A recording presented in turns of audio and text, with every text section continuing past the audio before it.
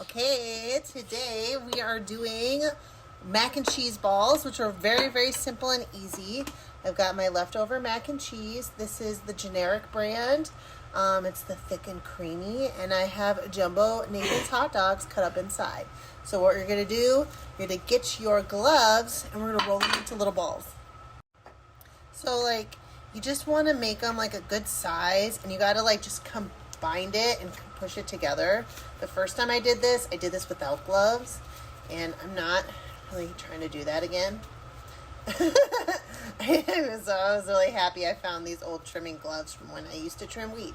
Okay, so we've got a little ball. And then we're gonna do that over and over again, and you're gonna put them in the freezer. And they say on the internet to do for like a half hour, but I'm going to do it a little bit longer because my balls did start coming apart on me. So like, you might want to take them out in sections and do like 3 or 4 at a time so they don't fall apart.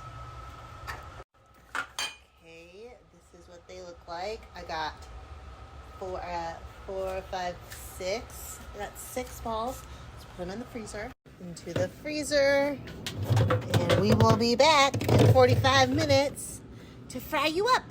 Okay, it's been an hour actually, and we've got flour, egg bath, and panko breadcrumbs. I'm using this pot to do the oil because I don't want it to splatter and get everywhere. And so let's begin. I actually really like that I waited extra long because it's super frozen this time. Which the first time I did it, it was not super frozen. This is a lot harder than it looks. Okay. So flour, egg bath. And I did season the egg bath. All right, hold on guys. Sorry, this is hard. Okay, so this is the first ball. We're gonna test, I don't know how long, if this oil is even hot enough because I don't have one of those majiggers, so woohoo! Success! I am doing these one at a time because I want to be perfect. And I don't have any paper towels, so we've got this set up. But it's looking good. It's smelling good.